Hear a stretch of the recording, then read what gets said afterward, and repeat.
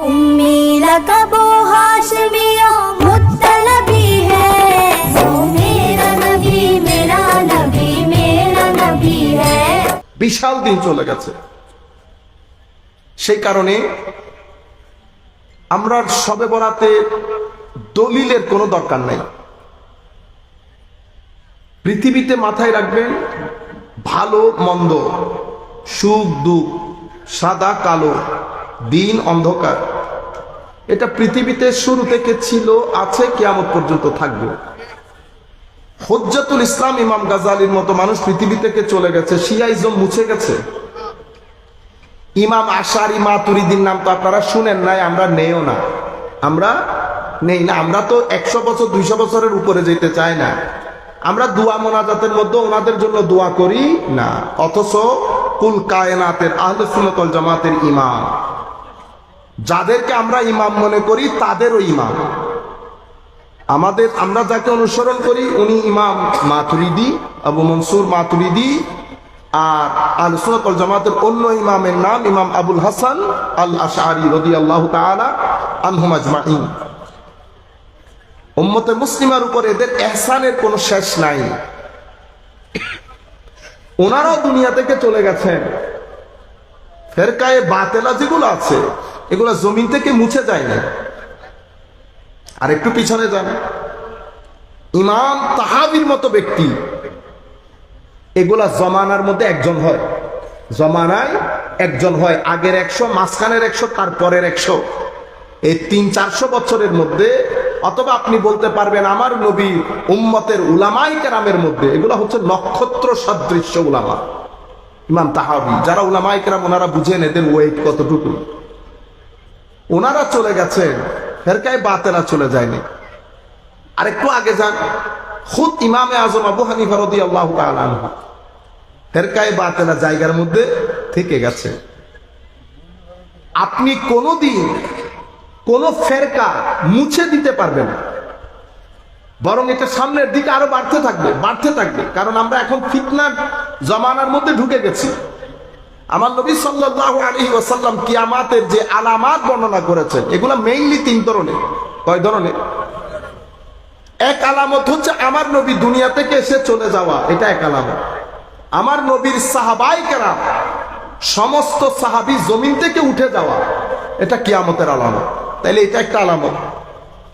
আরেকটা আলামত আমার নবী বলছেন ছোট ছোট আলামত, আলামাতে সুগরা।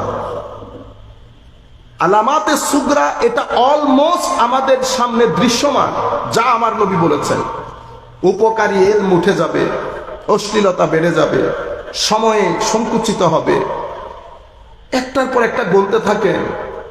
আমার নবী সাল্লাল্লাহু আলাইহি ওয়াসাল্লাম যা বলেছেন অলমোস্ট ওইটার মধ্য দিয়ে আমরা আমাদের জীবন অতিবাহিত করছি। প্রত্যেক দিন আমরা দেখছি, আমরা অবজার্ভ করছি, আমরা এক্সপিরিয়েন্স করছি। যা আমার নবী বলে গেছেন ইন লেটার এন্ড স্পিরিট, আমার নবী বলে গেছেন এলম উঠে যাবে, উঠে গেছে, সব জায়গা থেকে উঠে গেছে। আপনারা বুঝতে পেরেছেন? আমার নবী বলেছেন 3টা জিনিস তো একেবারে উঠে, এমন ভাবে উঠবে নাম নিশানও বাকি থাকবে না। একটা হচ্ছে জমিন থেকে এলমে নাফে উঠে যাবে। এলমে নাফে মানে এমন এলম যে এলম মানুষের সিনাকে মদিনামুখী করে দেয়। যে আলেমের মজলিসে বসে চোখ ভিজে যেতে চায়, যে আলেমের মজলিসে বসলে, যার চেহারা দেখলে, যার কথাগুলা শুনলে সিনার ভিতরে এশকে ইলাহির তুফান তৈরি হয়, যার জবানে আমার নবীর শান শুনলে মহব্বত এবং এশকে রাসূলের তুফান তৈরি হয়, যার কথাবার্তা তরুণ প্রজন্মের অন্তরে পরকালের মহব্বত, কবরের মায়া, পরকালের আসক্তি বেড়ে যায়, দুনিয়া বের হয়ে যায়, মানুষের জিন্দেগিকে পরকালমুখী করে, নির্লোভ করে, মানুষের চরিত্র গঠিত হয়, মানুষকে সভ্যতার দিকে ধাবিত করে, এগুলাকে এলমে নাফে বলে। এই এলমের জন্য কিতাবি আলম দরকার, সিনাওয়ালা একজন আলেমের সুহবত দরকার। এরপরে রাতের সিজদা দিয়ে আল্লাহ রাব্বুল আলামিনের ওই হেদায়েতে রব্বানির নূরের বর্ষণ দরকার নিজের সিনার উপরে। যখন ইলম এবং হিকমত একসাথে হয়ে যায় তখন এলমে নাফে হয়, সেই এলমের আলেম আলেমে রব্বানি হয়। কুনু রব্বানিয়িন, তোমরা রব্বানি হও। হযরতে আব্দুল্লাহ ইবনে আব্বাস রাদিয়াল্লাহু তাআলা আনহু এই আয়াতের তাফসীর করে ইমাম বুখারী এনেছেন। এটা তো আলেমে রব্বানি কারা? তো হুলামা ও ফুকাহা, যাদের মেজাজ চরিত্রের মধ্যে ইলম বেশি, অসম্ভব ভদ্রতা, নম্রতা। এগুলা এখন মানে এগুলা আমাদের এখানে ওই যে সাদা ঘোড়ার মতো হয়ে গেছে, অথবা বুঝতে পেরেছে। আর ইলমের ক্ষেত্রে বড় ডিপ আন্ডারস্ট্যান্ডিং, গভীর জ্ঞানের অধিকারী হতে হয় আলেমে রব্বানি যারা। এই ধরনের ইলম জমিন থেকে একেবারে নাই হয়ে যাবে, ইখলাস উঠে যাবে। ইখলাস মানে আল্লাহ রাসূলের জন্য কাজ করা, এটা উঠে যাবে, থাকবে না জমিনের মধ্যে। আমার নবী সাল্লাল্লাহু আলাইহি ওয়াসাল্লাম বলেছেন হালাল এটা জমিন থেকে নাই হয়ে যাবে। আমার নবী ইরশাদ করছেন কোরআনের বর্ণনাকারীর অভাব হবে না, কিন্তু কোরআন সমঝদার, কোরআনের রূহ ধারণকারী আলেমের সংখ্যা একেবারে নাই হয়ে যাবে। সেই ধরনের পরিস্থিতি দিয়ে আমরা অতিক্রান্ত করছি না। আমরা এই বিষয়গুলো গত সিলেটের একটা প্রোগ্রামের মধ্যে ইমাম মাহদী আলাইহিস সালামের আগমন উপলক্ষে আমরা 2 পর্বের সিরিজ করেছিলাম, দুইটাই বোধহয় হবিগঞ্জের মধ্যে বিস্তারিত বলেছি আমরা সেখানে কথাগুলা। সম্মানিত উপস্থিতি, সেই ধরনের পরিস্থিতি দিয়ে আমরা অতিক্রম করছি। আরেকটা আছে আলামাতে কুবরা, সেই আলামাতে কুবরার সূত্রপাতই হবে ইমাম মাহদী আলাইহিস সালাম, ঠিক আছে? তো সুতরাং আপনারা মাথায় যেটা রাখবেন সেটা হচ্ছে আপনার আর আমার দায়িত্বে কোনো কিছুকে মুছে দিতে পারবো না, এটা দায়িত্ব আমাকে দেওয়া হয় না। আপনি রাত দিন যদি কেউ একজন উঠে যদি রাতকে দিন বলে, এটা দিন হবে না। কুল কায়নাত যদি একসাথে বলে আজকের বারটা, আজকে কি বার যেন? শনিবার। আজকের বারকে যদি কেউ বলে যে আজকে রবিবার, পৃথিবীর সবাই মিলে শনিবার কখনো রবিবার হবে না, রবিবার কখনো শনিবার হবে না। কিন্তু পৃথিবীতে সব সময় সত্যকে ডিস্টার্বকারী, সত্যের পথে বাধা প্রদানকারী পৃথিবীতে সব সময় থাকবে। আপনি কালকে 3-4 বন্ধু মিলে গরু জবাই করে 30 টাকা লাভে মানুষের ভালোর জন্য মাংস বিক্রি করেন। মিনিমাম 25% লোক সকালবেলা উঠে বলবে কি জানেন, আল্লাহ পাক জানে কোত্থেকে খাইছে। আপনারা বুঝতে পেরেছেন? এখন আপনি যদি মনে করেন উমা এটা কি ধরনের কথা, থাকবো না আর এই দেশে, ও ভাই তাইলে ফেরেশতার জগতে চলে যাবে। ফেরেশতার জগতে কোনো সমালোচনা নেই, ফেরেশতার জগতে কোনো সমালোচনা নাই। আর যদি বলেন যে কালকে থেকে ভালো কাজ আর করবো না, করলে সমালোচনা হয়, তাহলে তো শয়তানের দুনিয়ায় চলে যান, ওখানে কোনো ভালো কাজ নেই, ওখানে কোনো ভালো কাজ। আর যদি বলেন কাজই করব না, তাইলে তো হাইওয়ানের দুনিয়ায় চলে যান, ওখানে কোনো কাজ নাই, খাবেন ঘুমাবেন আর বাথরুম। আপনারা বুঝতে পেরেছেন? এটা খুব গুরুত্বপূর্ণ জিনিস। আমি ইনসান, আমি ভালো কাজ করব, কেউ অ্যাপ্রিসিয়েট করবে, কেউ বদনাম করবে, অ্যাপ্রিসিয়েটও ভিতরে ঢুকাবো না, বদনামও ভিতরে ঢুকাবো না। আমি শুধু এক জায়গায় পরিষ্কার থাকবো, বাস। কেউ উঠতেছে, এটা দুনিয়া, এখানে সব জায়গায় কাঁটা, যে কাঁটার আঘাত করতে পারবে না সে একটা গোতা হইলেও মারবে। বুঝতে পেরেছেন? এক জায়গায় পরিষ্কার থাকবো। বুঝতে পারতেছেন তো কোন জায়গায়? আমরা মদিনা শরীফে পরিষ্কার থাকলে হচ্ছে, আমার নবীর কাছে পরিষ্কার থাকলে হচ্ছে। কে উঠতেছে, কে নামতেছে, কে বসতেছে, ওইটার ভিতরে যদি ঢুকে তাহলে তার বের হতে পারবে না। আপনারা বুঝতে পেরেছেন? সুতরাং ভালো কাজ যদি করেন সমালোচনা তো থাকবে। আপনি যদি সমালোচনা নিতে না পারেন, কি আজীব দুনিয়ার মধ্যে আসছি, কাজ করা যায় না, তো আপনি ফেরেশতার দুনিয়াতে চলে যেতে হবে, কারণ আপনি মানুষ না। আপনি সিদ্ধান্ত নেন আপনি কি। আমি মানুষ, ভালো মন্দ দুইটাই আছে। ইয়া রাসূলুল্লাহ, আমি ডিল কেমনে করব? আমার নবী বলছে আমার 23 বছরে অল টুগেদার 63 বছরে আমি ডিল কেমনে করছি, নজরে আসে। আমরা মাহফিলের মধ্যে যে আন্দাজে হুঙ্কার মারি, বলেন তো দেখি, আমার নবী তো অনেক নবী, কোন বড় আলেমের রব্বানি, কোন হাসিমি সাহেব হুজুর এমনি এমনি করে কথা বলতে দেখছেন? কিন্তু আপনি যদি মনে করেন না আমি তো হাসিমি সাহেব হুজুরের চেয়ে অনেক বড়, তাহলে তো বলবো আস্তাগফিরুল্লাহি আজিম আল মাওলাল করিম। বুঝতে পেরেছেন? দুনিয়া এরকম হয়ে গেছে। আমি আপনাদেরকে যেটা বলতে চাচ্ছি সেটা হচ্ছে, ভালো কাজ যখন করতে যাবেন এখানে সমালোচনা থাকবে, কারণ এটা দুনিয়া, এটা আপনি মেনে নেন আগে। আপনি যদি বলেন হুজুর আমার চাচাতো ভাই এত করা করছি সেই কেমনে আমার বিরুদ্ধে হয়ে গেল, এটা তো স্বাভাবিক। আপনি করি না? যে আল্লাহর অক্সিজেন খেয়ে বড় হইলাম, যে আল্লাহর খেয়ে পরে বড় হইলাম, আমরা সবাই এখানে বুকে হাত দিয়ে বলতে পারবো কোনদিন রাতে শুয়ে শুয়ে বসে বসে আমার আল্লাহর জন্য কাঁদছি, ও আল্লাহ কত মহব্বত করলি তুই, আসিকে এরকম আর কি। কোনদিন আমাদের এখানে আমরা ম্যাক্সিমাম লোক কোরআন শরীফ পড়তে জানি না, ম্যাক্সিমাম লোক, আপনারা না শুধু বাংলাদেশে 85% মানুষ তো কোরআন শরীফই পড়তে জানি না।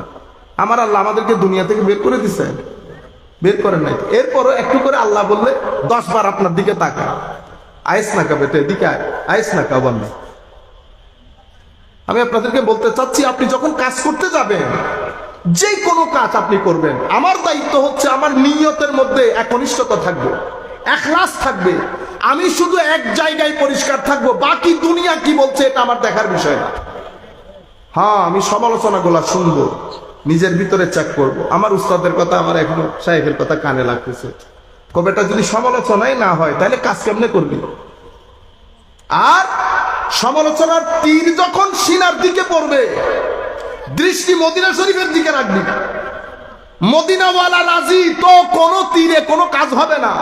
তীর সিনার ভিতরে আসার আগে আমার নবী মদিনা শরীফ থেকে ফিউজাত পাঠাই দিবে, মদিনা শরীফে পরিষ্কার থাক। এই জন্য পৃথিবীর কোন ব্যক্তিকে কেউ সমালোচনা করে বন্ধ করে রাখতে পারছে? যদি বন্ধ করে রাখতে পারতো তো আল্লামা ইকবাল আজকে আল্লামা হয়ে গেল কেমনে? আল্লামা ইকবাল যে আল্লামা, শেষ পর্যন্ত রেগে ক্ষোভে যে আল্লামা ইকবাল বলছে দ্বীন ও কাফের ফিক্র তদবীর ও জিহাদ, দ্বীনে মুল্লা ফি সাবিলিল্লাহ ফাসাদ। দ্বীনে কাফের, আমাকে কাফের বলতেছো তো? তোমাদের দৃষ্টিতে যারা কাফের, দ্বীনে কাফের ফিক্র তদবীর ও জিহাদ। কাফের কাজ কি? সারা দিন চিন্তা চেতনা, ক্রিয়েটিভ থিঙ্কিং, রাইটিং, রিসার্চ, গবেষণা সমাজকে দিয়ে যাচ্ছে এরা। দ্বীনে মুল্লা, মুল্লার কাজ কি? ফি সাবিলিল্লাহ ফাসাদ, আল্লাহর নামে কি করা? শুধু ফাসাদ সৃষ্টি করা। কি পরিমাণ ক্ষোভের মধ্যে আল্লামা ইকবাল এই কথাটা বলেছে। কোন হিন্দু মন্দির 3 দিনে ভেঙে, রাতের মধ্যে ভেঙে? বুঝতে পেরেছেন? মোহাম্মদ আলী জিন্নাহ সাহেব বলেছেন, রাতের মধ্যে যদি তোমরা এই মন্দির ভেঙে দিতে পারো, সকালবেলা আমি কোর্ট থেকে তোমাদের পক্ষে ফয়সালা নিয়ে নিব। তারা ভেঙে দিয়েছে। এই খবর আল্লামা ইকবালের কাছে গেছে। আল্লামা ইকবাল বলছেন, হায় হায় হায়,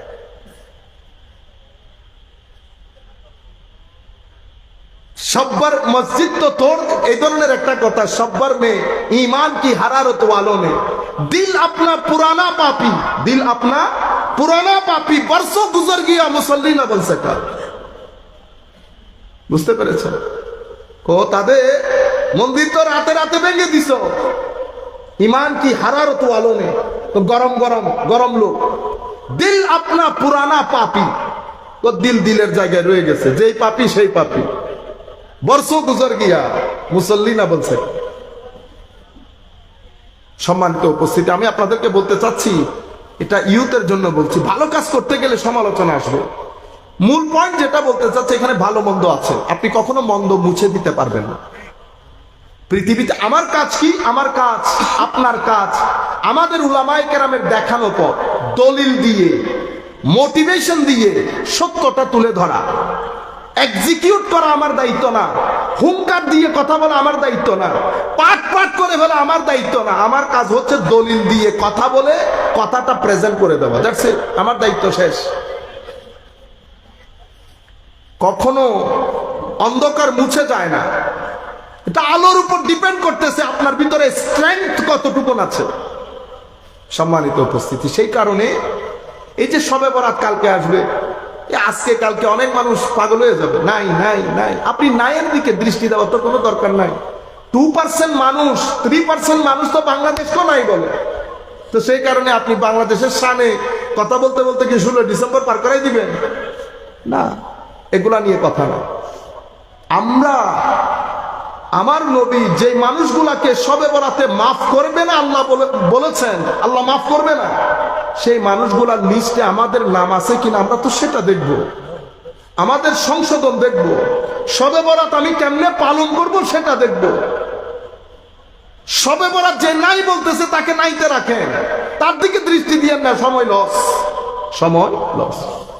আসেন আমরা নিচ থেকে শুরু করি। শবে বরাত পালন কেমনে করবেন? সম্মানিত উপস্থিতি, ঠিক আগে আমাদের বাপদাদারা যেভাবে করতো সেভাবে করবেন। আমি একটা পয়েন্ট এখানে বলতেছি, এই জন্য এই সাবজেক্টটা বেছে নিয়েছি। যদি হালুয়া না করে থাকেন, হালুয়ার বাজার নাও হয়, ফজরে উঠে হালুয়ার বাজার করবেন। মা বোনরা শুনতেছে, ঘরের মধ্যে যেন হালুয়া অবশ্যই হয়। রুটি হালুয়া ছাড়া যেন কালকে শবে বরাত পালন না হয়। রুটি হালুয়া করবেন, সামর্থ্য অনুযায়ী খাওয়া দাওয়া রেডি করবেন। গরিব আত্মীয় স্বজনের মাঝে আমরা যেভাবে দেই সেভাবে দেবেন। আগের ফ্লেভার। গোসল করবেন না, অমুক গোসল করতে নিষেধ না, অমুক সমুক বাদ দেন, গোসল করবেন। তওবার নামাজের মাধ্যমে শবে বরাতের যাত্রা শুরু করবেন। এক তওবা ওযু দিয়ে করব, আরেক তওবা তওবার নামাজ পড়ে করব। সূত্র শুরু করব পানির তওবা আর নামাজের তওবা দিয়ে। গোসল করবেন, তার আগে ঘর দুয়ার সুন্দর করবেন, বাচ্চারা যেন বুঝতে পারে আজকে শবে বরাত। যদি ঘরের মধ্যে লাইট টাইট থাকে লাইট লাগাবেন, যদি লিখে রাখতে হয় তাহলে লিখবেন আজ পবিত্র শবে বরাত। সময়ের নার্ভ বুঝেন, ডিমান্ড বুঝেন। ইংল্যান্ড আমেরিকার মধ্যে তারা কি ধর্মকর্ম কিছু বুঝে? কিচ্ছু বুঝে না। কিন্তু ডিসেম্বর মাস আসলে পুরা মাস ব্যাপী তারা স্কুলের মধ্যে ছেলেদেরকে ঈসা আলাইহিস সালাম, মরিয়ম আলাইহিস সালাম পুরা কাহিনীগুলা পড়ায়। প্রত্যেক বাচ্চাকে জিজ্ঞেস করেন, সব নামগুলা বলবে কাহিনী সহ। আমাদের ছেলেদেরকে জিজ্ঞেস করেন, পাক পঞ্জাতন বলতেও পারবে না। আপনারা বুঝতে পেরেছেন? সময়ের স্ট্র্যাটেজি থাকে, জমানার কিছু ডিমান্ড থাকে। আমার কাজ হচ্ছে সেই ডিমান্ড ফুলফিল করা। কারণ আমার উদ্দেশ্য একটা, উদ্দেশ্যের মধ্যে কোনো পরিবর্তন, পরিবর্ধন, পরিশোধন, সংযোজন, বিয়োজন কোনো কিছু উদ্দেশ্যের মধ্যে আসে না। সেই উদ্দেশ্য অ্যাচিভ করার জন্য আপনার যে মেথোডোলজি, মানহাজ, এটার মধ্যে পরিবর্তন আসে, পরিবর্তন আসে, পরিশোধন আসে, সংযোজন হয়, বিয়োজন হয়। কিসের মধ্যে? মেথোডোলজির মধ্যে, মেথডসের মধ্যে। রয়ে গেল উদ্দেশ্য। উদ্দেশ্য তো একটা। উদ্দেশ্য কি? শবে বরাতে আল্লাহর দরবারে তওবা করে নিজেকে পরিষ্কার করে মাহে রমজানের জন্য তৈরি করা। আমার উদ্দেশ্য তো এটা। বাকি জিনিস দেখিয়েন না। কেন? যখন রিকশায় চড়ে যাওয়া দরকার আমি রিকশায় চড়বো, যখন রিকশা থেকে নেমে বাসে চড়া দরকার আমি বাসে চড়বো, যখন কারে উঠার দরকার কারে উঠবো, প্রয়োজন যদি হয় হেলিকপ্টারে যাবো। যাচ্ছেন না হেলিকপ্টারে? যাচ্ছি না। হেলিকপ্টার তো উদ্দেশ্য না, উদ্দেশ্য তো প্রোগ্রাম। হেলিকপ্টার বাহন, তো হেলিকপ্টার ছাড়া বাহন আর নাই, আছে। কিন্তু আমি সময়ের ডিমান্ড হচ্ছে আমাকে এখন হেলিকপ্টার ব্যবহার করতে হবে। আপনারা বুঝতে পেরেছেন? সুতরাং সময় যত পরিবর্তন হবে তত আপনার মেথডের মধ্যে, মেথোডোলজির মধ্যে আপনি পরিবর্তন আনবেন। আপনাদের লেখা পড়া সবকিছুর মধ্যে প্রত্যেকদিন পরিবর্তন হচ্ছে না? তো কেউ কি এখন 2 এ 2 5 বলে? ও 2 এ 2 4টা থাকবে, কখন কখন ডাকপারিও থাকবে। লেখাপড়ার জায়গার মধ্যে থাকবে, মেথডস পরিবর্তন হবে, মেথোডোলজি পরিবর্তন হবে। আপনারা বুঝতে পেরেছেন? সুতরাং টার্গেট তো একটা, কিন্তু ডিমান্ড পরিবর্তন, সময়ের ডিমান্ড পরিবর্তন হচ্ছে। আমরা বাচ্চাদের মধ্যে শবে বরাত, আগে আমাদের বাপদাদারা কি করতো? বাজি আনতো না? বাজি আমরা 6-7 বছর যে বলায় শবে বরাত বুঝবে। আমার ভিতরে শবে বরাত ঢুকাইলো কে? বাজি। আর আমার মার হালুয়া, পোলাও ভাত। এখান থেকে আইসা আপনি যদি বলেন আমার ভাই এ পোলাও নাই, পোলাও নাই, পেঁয়াজু আর সনাবুট আছে, পেঁয়াজু আর বেগুনি খান যে, চনা বুট পেঁয়াজু বেগুনি, এটা ছাড়া আমাদের ইফতারি হয়? তো চনা বুট পেঁয়াজু কি শরীয়তের দলিল? এটা কি আমার নবী এভাবে ইফতার করতো? এটা আছে, এটাও বাদ দিলাম। আপনার ছেলে মেয়ে বিয়ে করতেছেন, পোলাও রোজ ছাড়া আপনি কি সেখানে শুটকির বেগুন দিবেন? না, আমরা এগুলা করি না, আমাদের বাসার মধ্যে আমরা শুটকির বেগুন খাই, বিয়েটাও শুটকির বেগুন। এটা করবে কিনা? Common sense. এটা পাবনায় পাঠাই দিতে হবে আপনাকে। আপনি বুঝতে পারেন নাই, দেশের কালচার থাকে, ট্রেডিশন থাকে। আমি জায়েজ না জায়েজের মধ্যে যাচ্ছি না, আপনি আমাকে শরীয়ত বুঝাইতে আসেন না, শরীয়ত আপন জায়গার মধ্যে। আপনি আমাকে বলবেন আমার কোন কাজ যদি শরীয়ত গর্হিত হয়, তো হয় কোরআনের দলিল দেবেন, নয় হাদিসের দলিল দেবেন, যে এই কোরআনের আয়াত এই হাদিসের মাধ্যমে আমার আল্লাহ অথবা আমার নবী এটাকে নিষেধ করেছেন। নিষেধাজ্ঞা যদি আল্লাহ না দেয়, রসুল না দেয়, তো আপনি কে? আপনি কে? সুতরাং দুইটা জিনিস হওয়ার চেষ্টা করবেন না, না আল্লাহ হওয়ার চেষ্টা করবেন, না রসুল হওয়ার চেষ্টা করবেন। কারণ হা না করা, হা না করা এটা দুইজনের জিম্মায়। আল্লাহ হাকিকি ভাবে ম্যানিফেস্টেটিভ রিপ্রেজেন্টেটিভ হিসেবে আমার নবী সাল্লাল্লাহু আলাইহি ওয়াসাল্লাম। আমি আপনাদেরকে যে জিনিসটা বোঝাতে চাচ্ছি, তাইলে শুরুটা কিভাবে করবেন? অবশ্যই হালুয়া পাকে মতো, অবশ্যই যার যার সামর্থ্য অনুযায়ী, যার যার সামর্থ্য অনুযায়ী পাশের গড়টরের মধ্যে শেয়ার করবেন। মা বোনরা শুনতেছেন, শেয়ার করবেন। একটা দুইটা মানুষ হলেও বাইরে কালকে খাওয়াবেন। এবং বাচ্চারা সবে বরাত বুঝে মতো, ও 6 বছরের বাচ্চা 7 বছরের বাচ্চা আগে সবে বরাত কেমনে বুঝতো? হালুয়া আর পরোটা আর পোলার খুশবে, সে বুঝতে পারতো যে সবে বরাত ইজ দেয়। এবং আমার জেঠারা তারাবাজি আনতো, আমরা তারাবাজি নিয়ে উঠানে দূর দিছি। আপনি কোরআন শরীফ দেখতে গেছেন, চেক করতে গেছেন, ও আজকাই যে আপনি ওই কি বলে রে, কি বাদ বলে এটারে, ওই ছাগল দিয়ে সুরাইয়া সুরাইয়া খাইতেছেন, তখন কোরআন হাদিস দেখার কথা মনে থাকে না। খাওয়ার সময় পুরা ছাগল একটারে বসাই দিছেন, বাসমতি চাউলের বিরিয়ানি, হ্যাঁ কাচ্ছি, এটা খাওয়ার সময় আপনার মনে ছিল না শরীয়তের মধ্যে এটা জায়েজ আছে কিনা? মাহফিল করেছে, গুন্ডে গুন্ডে টাকা 2 লাখ 10 লাখ নিয়ে বাসায় চলে যাইতেছে, তখন হিসাব ছিল না এটা শরীয়তের মধ্যে জায়েজ আছে কিনা? মানুষগুলোকে কেন ডিস্টার্ব করেন? শরীয়তের মধ্যে জায়েজ না জায়েজ 1300 বছরের উলামায়ে কেরামের বুঝে আসে নাই। সম্মানিত উপস্থিতি, প্রত্যেক দেশের কালচার থাকে, ট্রেডিশন থাকে, প্রত্যেক দেশের নিজস্ব একটা স্বকীয়তা থাকে। আমার নবী সাল্লাল্লাহু আলাইহি ওয়াসাল্লাম যখন শরীয়তের ফাউন্ডেশন দিচ্ছেন, নবী সাল্লাল্লাহু আলাইহি ওয়াসাল্লাম, তা আমার নবী কি মদিনা শরীফের সমস্ত কালচার ট্রেডিশন তুলে সমুদ্রে নিক্ষেপ করেছেন? না। বিয়ে প্রথা, ব্যবসার প্রথা, সামাজিক রীতিনীতি যা ব্যালেন্সড নেওয়ার মতো তা নিয়েছেন। যা যেটার ভিতরে জুলুম আছে, যেটার ভিতরে ব্যালেন্স নাই, সেটা আমার নবী বাদ দিয়ে দিয়েছেন। কোনো সমস্যা নেই। আপনি শুধু মানে এতটুকুন বুঝেন যে আমার নবী ফিলিংসকে কি গুরুত্ব দিয়েছেন। মদিনা শরীফ গিয়ে জিজ্ঞেস করতেছে, কি ব্যাপার আপনারা রোজা রাখেন কেন? মুসলমানদেরকে জিজ্ঞেস করছিল। আপনি আপনার মাইন্ডসেট আর আমার নবী যে মাইন্ডসেট দিচ্ছে সেটার সাথে একটু চিন্তা করেন তো। মদিনা শরীফের মেইন লোক হচ্ছে ইহুদিরা, তো তাদেরকে আমার নবী বলছে, কিরে এরা রোজা রাখে কেন? তো এরা রোজা রাখে কারণ এই দিন হযরতে মুসা আলাইহিস সালাম থেকে আল্লাহ তাদেরকে মুক্তি দিয়েছে। আপনি মাইন্ডসেট দেখেন। আমার নবী সাল্লাল্লাহু আলাইহি ওয়াসাল্লাম বলতেছেন, আচ্ছা এই কারণে রাখেন, তাইলে তো তোমরাও রাখো আমরাও রাখি, কারণ আমার ভাই মুসা, তা আমার অধিকার বেশি তোমাদের চাইতে। কেন?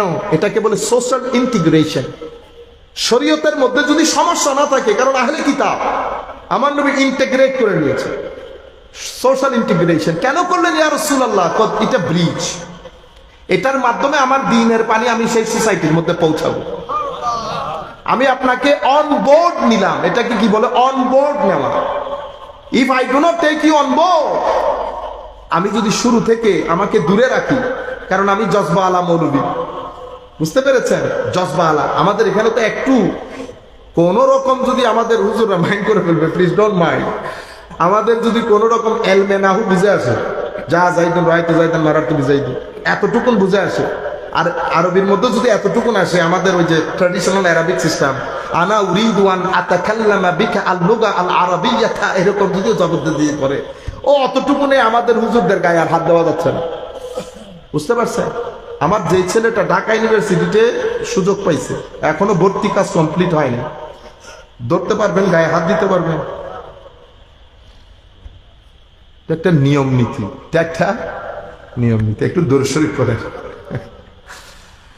আল্লাহুম্মা সাল্লি আলা সাইয়্যিদিনা মাওলানা মুহাম্মদ ওয়া আলা আলি সাইয়্যিদিনা মাওলানা মুহাম্মদ।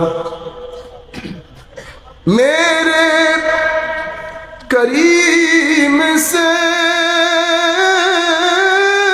गर कतरा किसी ने मांगा,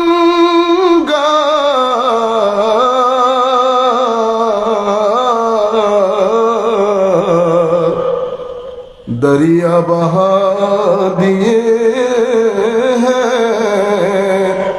दुर्बे बहा दिए हैं। अल्लाहुम्मा सल्ली अला सय्यिदिना मौलाना मुहम्मद व अला आलि सय्यिदिना मौलाना मुहम्मद। সোশ্যাল ইন্টিগ্রেশন করেছেন, কাছে নিয়ে আসছেন না। তাদের রোজা আমার নবী রাখতেছেন, এখন আমার নবীর সাথে মিসবিহেভ করার কোন সুযোগ আছে? তারা ভিতরে ভিতরে গিয়ে সব বলা বলি করতেছে না। আজি উনি তো আমাদের মতো আমাদের ওই দিনেই রোজা রাখতেছে, আমার নবীর সাথে কি মহব্বত। আদা তো আমার নবী সেই দিন ওদের মন জিতে গেছে, জয় করে ফেলছে আমার নবী। আচ্ছা, এরপরে কি হয়েছে দেখেন, মদিনার সনদ ইবা আবার হইল অনরকম এখন আর কিতাব ইয়াগুরি নিয়ে এলেন। আমাদের রিসার্চ একাডেমি, আমাদের Al Noor Islamic research and welfare foundation, এটা আমাদের একটা, ওখানে আমাদের একটা রিসার্চ টিম আছে। তো আমাদের একটা টার্গেট ছিল, আমরা 2 বছরে আপনাদের প্রয়োজনীয় যে কিতাবগুলো আছে সেগুলো আমরা একটার পর একটা নিয়ে আসবো। এগুলাতে আমাদের পার্সোনাল কোনো বেনিফিট নাই, না আমি না আমার পরিবার, নো। এটাতে আমার ছেলেরা যারা কাজ করে, আমরা 1 টাকার জায়গায় তাদেরকে চেষ্টা করি 10 টাকা দেওয়ার জন্য, তারা একটু লাভবান হোক। এটা আমাদের প্রথমে একটা সংশোধনী কিতাব ছিল, এটা আসছে। এরপরে হাদিসের কিতাব, আল্লাহ পাকের মেহেরবানি, আপনাদের দোয়ায় প্রায় 8টা-9টার মতো কিতাব। কিছু আছে 100% রেডি, কিছু 90% রেডি। আল্লাহ পাকের মেহেরবানি ধারাবাহিকভাবে একটার পর একটা আসবে। তো এইটার যদি 75% বিক্রি হয়ে যায়, এই টাকাটা আবার আরেক কিতাবে চলে যাবে। এখানে আমাদের পার্সোনাল কোনো কিছু নাই। এইটা মিসাকে মদিনা, এটাকে বলা হয় পৃথিবীর ইতিহাসের প্রথম লিখিত সংবিধান। তো এই সংবিধানটা আমার নবী মদিনা শরীফ, তো মদিনা শরীফের মধ্যে আমার নবী এই সংবিধান লিখছে 43টা আর্টিকেলের উপর। এটার আইনি বিশ্লেষণ করেছেন আমার সম্মানিত শায়েখ। 43টা এটার আর্টিকেলের শুরু কি করছে দেখেন আমার নবী। এখানে যারাই আছে, যত কমিউনিটির লোক থাকে, ইহুদি, নাসারা, মুশরিক, যারা যারা থাকে, তারপরে দাহরিয়া, যারা যারাই থাকে, যারা এই মদিনার সনদের মধ্যে সিগনেচার করবে, আমার নবী অনবোর্ড নিচ্ছে। দেখেন, আমরা সবাই মিলে এক উম্মাহ। কয় উম্মাহ? এক উম্মাহ, এক নেশন। কেন? আমাদের এখানকার ফিলোসফি হচ্ছে লা ইকরাহা ফিদ্দীন, ধর্মের মধ্যে কোনো বাধ্যবাধকতা নেই। আফা আনতা তুকরিহুন নাস হাত্তা ইয়াকুনু মুমিনিন। হাবিব, আপনি কেন মন খারাপ করেন? আপনি বাধ্য করলে তারা কি সবাই মুমিন হয়ে যাবে? না, এটা আমার প্ল্যানই না, ডিভাইন প্ল্যানই না এটা। আপনি শুধুমাত্র পৌঁছিয়ে দেন। যারা আপনার হাতে হ্যাঁ বলবে তাদের জন্য জায়গা নির্ধারণ করেছি, যারা আপনার হাতে না বলবে তাদের জন্য জায়গা নির্ধারণ আছে। সুতরাং আপনি এখানে কোনো মন খারাপ করবেন না। এর পরবর্তীতে এটা লেখার পরে সবাই একসাথে হয়েছে না, আমার নবী সোশ্যাল ইন্টিগ্রেশন করেছে। কিন্তু আমি যদি একটা দূরত্ব বজায় রাখি, নিজের মধ্যে একটা গ্যাপ তৈরি করে ফেলি। আমরা তো এখন এলিট হয়ে গেছি। আমরা আমরা আমরা সাধারণ মানুষের সাথে তো মিশিও না, এলিটের মতো আসি, এলিটের মতো যাই। এরপর আমাদের পীর সাহেবান তো আরো বড় এলিট, সবার সাথে কথা বলার যথেষ্ট সুযোগ নাই। মৌলবী কি বলেছে? মৌলবী, বুঝতে পেরেছেন? কিন্তু আমার নবী সেরকম ছিল। আমার নবী তো সকল মানুষ বিনা দ্বিধায় আমার নবীর সাথে কথা বলতেন, এবং প্রত্যেকেই প্রত্যেকের দুঃখ দুর্দশার কথা আমার নবীকে বলতেন। কেউ কখনো ভীত হতেন না, সন্ত্রস্ত হতেন না, নার্ভাস হতেন না, এম্বারেসড হতেন না আমার নবীর সাথে কথা বলার সময়। কেন? তো আমার নবী প্রথম যেই মুস্কি হাসি দিতেন, সেই মুস্কি হাসি দিয়ে 80% মানুষের সিনাতে আমার নবী 2 ভাগ করে দিতেন। চেহারা সুরত অসংখ্য মানুষ আল্লাহর ওলি এই ভূখণ্ডের বাইরে আল্লাহ দেখিয়েছেন। আমাদের এখনো মনে পড়ে আমরা মিশরের মধ্যে যেখানে গিয়ে ইফতার করতাম, হুজুর আল্লামা জিয়াউদ্দিন কুর্দি মুদ্দাজিল রাহমাতুল্লাহি আলাইহি আমাদের শিক্ষক ছিলেন আজহারের, ইলমুল কালামের জন্য অসম্ভব বড় আলেম ছিলেন। কিন্তু কথা বলতেন কিভাবে? আমার কোনো নার্ভাসনেস নাই, আমি লাখ মানুষ নিয়ে যাচ্ছি, নার্ভাস লাগতেছে না। নার্ভাস লাগলে তাইলে আপনি আর কিসের দিনের খেদমত করবেন? এখন আমরা একটা আপনি হুজুরের কাছে যাব কি যাব না, কি একটা দূরত্ব। রোগ এক জিনিস, আপনি রোগকে এটার সাথে মিক্স করে ফেলিয়েন না। রোগ এক জিনিস, ব্যক্তিত্বের কৈঠিন্য আরেক জিনিস। আপনারা বুঝতে পেরেছেন? আমি যে জিনিসটা বলতে চাচ্ছি ওই মূল পয়েন্ট ওইটা। তাহলে তওবার নামাজের মাধ্যমে খাওয়া দাওয়া আগে রেডি করবেন, সেটা মানুষের মধ্যে যতটুকু সম্ভব দিবেন। এটা আমাদের সংস্কৃতির অংশ। মুসলমানরা আমার নবীর হাদিসের কারণে মান কানা ইউমিনু বিল্লাহি ওয়াল ইয়াউমিল আখির ফালইউকরিম দাইফাহু, যেই ব্যক্তি মুমিন সেই যেন মেহমানদারি করে, অবশ্যই করে। মুসলমানরা মেহমানদারি করে। আজকের দুনিয়া পর্যন্ত মুসলমানদের মতো মেহমানদারি কোনো রাষ্ট্র, কোনো জাতি, কোনো ব্যক্তি করতে পারে না। এটা আমার নবীর বিশেষ সুন্নতের কারণে। আমি পৃথিবীতে দেখছি মোটামুটি কোনো জাতি আপনার মতো করে মেহমানদারি করবে না। আর এটা আমার নবীর কাছ থেকে সুফিয়ায়ে কেরামের মধ্যে অনেক বেশি প্রচলিত মেহমানদারি করে। সেই কারণে আমাদের এই বেল্টে ইরান থেকে তাশকন্ত, উজবেকিস্তান হয়ে, আফগান হয়ে আমাদের এই বেল্টের মধ্যে যে সমস্ত সুফি আল্লাহর ওলিরা এসেছেন, ওনাদের মেহমানদারির মধ্যে বিরিয়ানি, তারপরে হালুয়া, পরোটা, এগুলার প্রাধান্য বেশি। তারাও করেছেন। আর এখানে তৎকালীন আমাদের মোগল সাম্রাজ্য এটার উপর অনেক বেশি প্রভাব বিস্তার করেছে। ওনারা প্রমোট করেছে, সুফিয়ায়ে কেরামের দরবারের মধ্যে টাকা পয়সা দিত, এগুলো অনেক প্রমোটেড হয়েছে, আমাদের এখান পর্যন্ত এসেছে। এটার মাধ্যমে শবে বরাতের একটা ফ্লেভার। কারণ আমি ওয়াজ তো 7 বছরের ছেলে, কি আর ওয়াজ বুঝবে? এ তো ওয়াজ বুঝবে না। এর কাছে আপনি শবে বরাত কিভাবে তুলে ধরবেন? ঠিক যেভাবে আজকের দুনিয়ায় ইংল্যান্ডের লোক বাচ্চাদের মধ্যে, আমাদের বাচ্চারা যখন স্কুলে যায় চকলেট দেয়, আজকে চকলেট, কালকে পিজা। আপনি বলেন তো দেখি, পিজার সাথে ক্রিসমাসের সম্পর্ক কি? সে তো ক্রিসমাস বুঝবে না, তার কাছে পিজাটাই হচ্ছে ক্রিসমাস, তার কাছে চকলেটটাই হচ্ছে ওই দিবস। আপনারা বুঝতে পেরেছেন? টেকনিক্যালি বাচ্চারা কি করে, বাসায় এসে ওইটা জপতে থাকে, ওইটা জপতে থাকে। কেন? তারা সময় বুঝে, ওখানে তার বেদাত ফতোয়া দেওয়ার কেউ নাই, কারণ ওরা তো সব শিক্ষিত লোক, সব বুঝে। কিন্তু আমাদের এখানে আমরা এখন আমাদের জিনিসগুলো আপনি পিছনে ফেলে দিচ্ছেন। দুনিয়ার সবকিছু আপনারা করেন, স্বাধীনতা দিবস থেকে শুরু, কোন দিবস করেন না? যিনি এখন বেদাত ফতোয়া দিচ্ছেন, উনি রাষ্ট্রীয় স্বাধীনতা দিবস পালনের সময় বিরিয়ানি, মুরগির রান আপনি খান নাই। আপনি এখন যে রবিউল আউয়াল শরীফ বেদাত বলছেন, মিশরের মধ্যে যখন দাওয়াতে গেছেন, মিশরীয় সরকারের দাওয়াতে, 5 স্টার হোটেলে থাকেন নাই? থাকছি। তখন বুফে দেয় নাই? দিছে। তখন তো আল্লাহ পাকের মেহেরবানি যে বেহুশ হয়ে যান নাই, কারণ অনেক খাওয়াতো। কোনটা দিয়ে শুরু করবেন? তখন আপনার বেদাত টেদাত মনে ছিল না। বুঝতে পেরেছেন? তারপরে বাসায় ফোন দিছেন, এগুলো আমাদের কানে শোনা কথা বলতেছে, আপনারা আবার মনে করবেন ওয়াজের মতো বানায় না, বানায় না। বাসায় ফোন দিছেন, আরে তোমাদেরকে অনেক মিস করেছি, কি যে খানা আছি,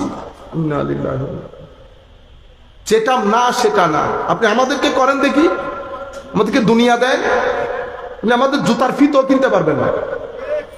আমাদের জুতা, আমরা হুজুর গৌসুল আজমের গোলাম, জুতার ফিতও কিনতে পারবেন না। আমাদেরকে ওগুলা দিয়ে আপনি 5 স্টার হোটেল দিয়ে আপনি এগুলো, আমরা যেটা না সেটা না, যেটা হ্যাঁ সেটা হ্যাঁ। এটা আপনি যদি আগুনের কুল্লির মধ্যে বসাই দেন কথাইটাই বলবেন। এই যে আমরা রাজশাহীতে গেছি, হযরত শাহ মখদুম রূপস রাদিয়াল্লাহু তাআলা আনহুর উরসে পাক। স্বাভাবিক ওখানে তো বুঝতে পারতেছেন বাইরের লোকের প্রতাপ বেশি। হুজুর মিলাদ কিয়াম গরম যাইতো না, মা হাজি মিললে হইলে অতই দূর দূর তুলেছি। হ্যাঁ দিল্লি অসুবিধে এটা ভোট দিলে জামিলা আছে, আমি দেখছি ঠিক আছে সাহেব হইলে জামিলা। হ্যাঁ জালাশাহ হুজুর তো একটা জিনিস শিখি, আলশাহ হুজুর এতে কালো লাগু দিয়ে আর ডেকে দে তো হুজুর ফুসাবিলাম হুজুর অনেক ওটা ইদুর নামাজ ছড়াই দে কিয়াম মিলাতি কি হইন দে প্রেসিডেন্টের কি হইন ধর হদু আইন ওর হই দি এটা I side the Kiyam মিলাতি cute নাই ইষ্টত মিদে নাই এটা তুই অ্যান্ডিস্টেড প্রোগ্রাম তখন তাই বের যাই হই দি স্যার আমাদের নবীকে কি একটু সালাম দেওয়া যাবে? প্রেসিডেন্ট হতে নবীরে সালাম দিবেন, আবার আর বিশ্ববিদ্যালয় কিন্তু এখন দিও অত দিয়ন কইবার বার আই বিসমিল্লাহ করে দিয়ে গে সুবহানাল্লাহ আই দেখতে দিয়ে প্রেসিডেন্ট দাঁড়াইছে, প্রেসিডেন্ট দাঁড়ালে আর কেউ বসে পারতেছে? কিন্তু আর ভিতর আছে তাই কিয়াম মিলাদ নগরীর যে আজি যাইবই তুই এটা আইলাম কি? তখন আমি বলছি যে আর এখন কিয়াম আর আল্লাহ নবীর দরবার মিলে সালাম দিও, তো আর কি এনে দিও অনরা যারাতে বই এনে দিত মনে হয় তারা বই দিতে পারিবেন, কোনো অসুবিধা নেই। আর যারা তিয়ে দিত মন সারি তারা তিয়ে দিবে। তো জিবে বই তাই মনে করছিলাম ইবে বললে দিয়ে গিয়ে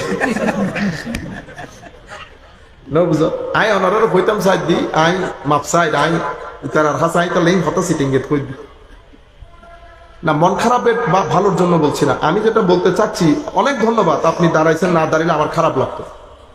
আমি আপনাদেরকে বলতে চাচ্ছি মানে সবসময় হার্শ কথা বললে তো হার্শ কথা বলবে আরেকজন, ঠিক আছে? বলতে যেটা চাচ্ছিলাম যে সময়ে সময়ে সব ঠিক হয়ে যায়। ইভেন আমাদের এখানে আমি নাম বলতেছি না আর কি, আপনাদের এখানে বড় বড় মাদ্রাসার মোতামিমের ছেলে আমাদের বন্ধু, এখনো পর্যন্ত আমরা সম্পর্ক রাখি একজন আরেকজনের সাথে। আমাদের বাইরে সবাই আমাদের উরসে আসে নাই। আমরা এখানে যেহেতু জামিয়ার আমরা ছিলাম, সৈয়দ আহমদ শাহ শ্রীকোটি রহমতুল্লাহ আলাইহির উরস, হুজুর আল্লামা তৈফর রহমতুল্লাহ আলাইহি কেবলার উরসে পাক, মাইজভান্ডারি দরবার শরীফের ভক্তরাও দুই একজন স্টুডেন্ট ছিলেন, হুজুর গৌসে মাইজভান্ডারির উরসে পাক, বাবা ভান্ডারি কেবলার উরসে পাক, হুজুর জিয়াউল শাহ হুজুরের উরসে পাক, রবিউল আউয়াল শরীফের খানা। আপনারা বলতে পারবেন যে আপনি উরসে এসে উরুস খান নাই? খাইছেন, আসছেন, এটা খুব সুন্দর। কারণ আপনি এসে আপনি নাম আপনি যদি মনে করেন উরুস টুরুস, আচ্ছা নামটা বাদ দিয়ে দেন, নামের সাথে আমরা কি নামের পূজা করি? নাম বাদ দিয়ে দেন, আপনি একটা নাম দেন, সেই নাম রাখবেন। কিন্তু আমরা ওখানে বসে কি কাজটা করেছি, প্রোগ্রামটাকে অ্যানালাইসিস করে না, ভাঙেন, একটা একটা করে ভাঙেন। কতগুলা জিনিসের সংমিশ্রণে প্রোগ্রাম। তো আমরা কেরাত করেছি, নাত করেছি, কোরআন হাদিসের আলোকে সুফিয়ায়ে কেরামের তর্জ তরিকা বর্ণনা দিয়েছি। আপনি তিনটা, এরপরে কিয়াম মিলাদ, আপনি এই তিনটা জায়গার মধ্যে চারটা জায়গা প্রোগ্রাম, এই চারটা হচ্ছে প্রোগ্রামের ইনগ্রেডিয়েন্ট। এই চারটা দিয়ে তো গরুর মাংস বানাইছি। আপনি বলেন এই চারটার মধ্যে কোরআনের আয়াত পড়া কি গুনাহ? না। হাদিস নাতে মুস্তাফা? না। কোরআন হাদিসের বর্ণনা? না। কিয়াম মিলাদ? না।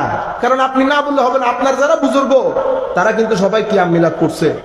তো এই চারটা, এখন এই চারটার সংমিশ্রণে আমি উরুস বলতেছি। আপনি যদি বলেন না আমি শব্দটা বলবো না, তো না বলেন, কোনো অসুবিধা নেই। তো এরপর আমরা খাওয়া দাওয়া করছি, কোনো অসুবিধা হয়েছে? হয় না।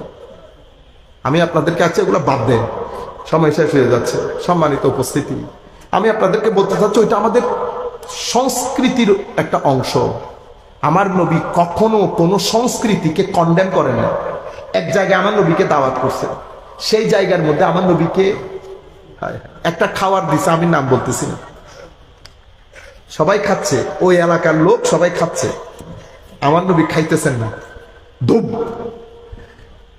এখন সাহাবায়ে কেরাম বলতেছেন ইয়া রাসূলুল্লাহ খাবেন না? আমার নবী বলতেছেন আমি আসলে এটা খাইতে পারবো না, আমি খাচ্ছি না, আমি খাই না। ইয়া রাসূলুল্লাহ নাজায়েজ করলেন? নাজায়েজ না, জায়েজ, কিন্তু আমার এলাকার লোক এটা খায় না। কিন্তু আমার নবী নাক শিটকেছে, নাক শিটকেন কি কমফোর্ট জোনের মধ্যে সাহাবায়ে কেরামকে রাখছে, সবাই খাচ্ছে। আমার নবী কিন্তু কাউকে এম্বারেস করেন না, ডিলিং দেখেন কেমনে কথা বলে। আর আপনি এখানে এটা নাই, এটা নাই, এটা নাই। আপনি নবীর ডিলিং দেখেন। আমার নবী খান নাই কি, কিন্তু কোন সাহাবীকে ডিসকারেজ করেন না। শুধু আমার নবী বলেছেন, আমরা যে লোকাল এরিয়াতে থাকি, আমার লোকাল এরিয়ার লোক, আমরা এটা খেতে অভ্যস্ত না। সাল্লাল্লাহু আলাইহি ওয়াসাল্লাম, আজিম নবীর আজিম কিরদার। এভাবে আমার নবী সমাজের রন্ধ্রে রন্ধ্রে পৌঁছিয়েছে। তো এটা আমাদের কালচার, এইটা যেন আপনারা ভুল না করেন, এটা ধরে রাখবেন। সালাতু তওবা, কুশল, এগুলা যেভাবে যেভাবে করবেন সেগুলা। ঘরের মধ্যে লাইট থাকলে লাইট লাগাবেন, ঘরের মধ্যে রিফ্রেশ আতরের গন্ধ দিবেন, পানি যাতে সুগন্ধি আসে। মা বোনদেরকে সারাদিন কিচেনের মধ্যে ঢুকাই রাখিয়েন না, তারাও কিছু ইবাদত রিয়াজত করতে হবে। আপনারা যার যার মতো করে একটা প্ল্যান করবেন, রাতটা ভাগ করবেন। আপনার সিরিয়াসনেস লাগবে না, আমার আল্লাহ বলবেন না এত বড় রাত দিলাম, তোর তো কোনো সিরিয়াসনেস দেখলাম না। মেট্রিক পাসের জন্য কত ধরনের প্ল্যান, আমার একটা প্ল্যান থাকতে হবে না? এগুলো কেন যেন আপনাদের কাছে এটা হালকা মনে হতে পারে, হালকা না। এই সিরিয়াসনেস যেতে যেতে যেতে বাংলাদেশের এখন 50% নওজোয়ান যারা তাদের 17 থেকে 22 বছর বয়স পর্যন্ত কখনো রাত্রে ঘুমানোর চিন্তা করে নাই, তারা এশারের নামাজ পড়ে এসে ঘুমাই যায়। কেন? কারণ কেউ কেউ এটাকে না বলেছে। কারণ এটা মানুষের হিউম্যান সাইকোলজি।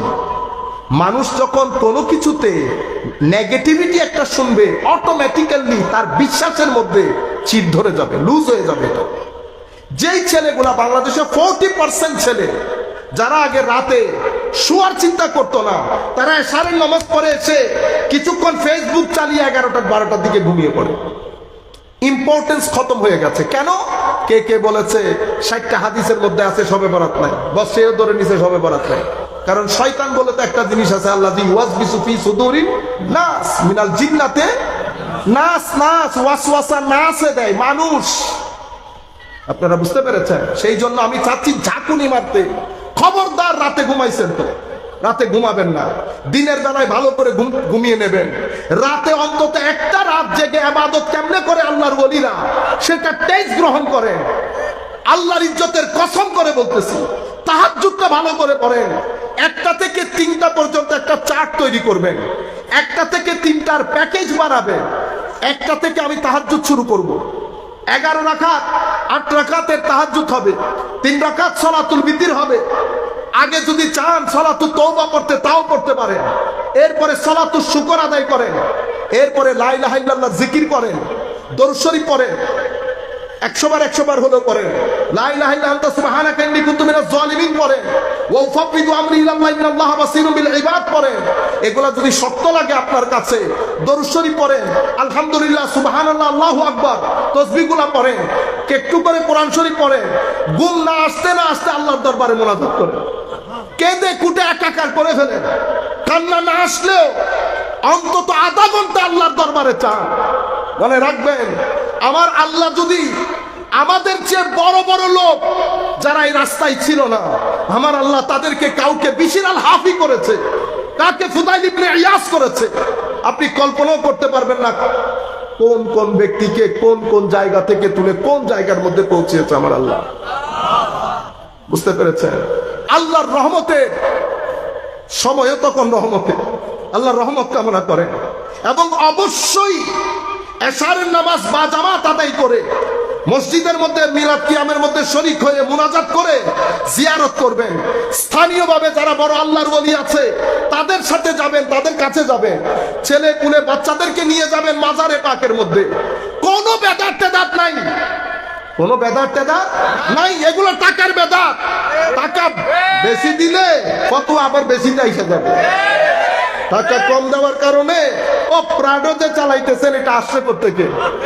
প্রাডো আসছে কোত্থেকে? সুর করে বিল্ডিং তৈরি করে ফেলছেন, আসছে কোত্থেকে? কোন লাজের পোলা? বাংলাদেশের 99% লোক মাদ্রাসায় পড়ছে, দারিদ্র সীমার নিচ থেকে উঠে এসে। আপনি কি সবাইকে চট্টগ্রামের জামিয়ার ছাত্র মনে করছেন?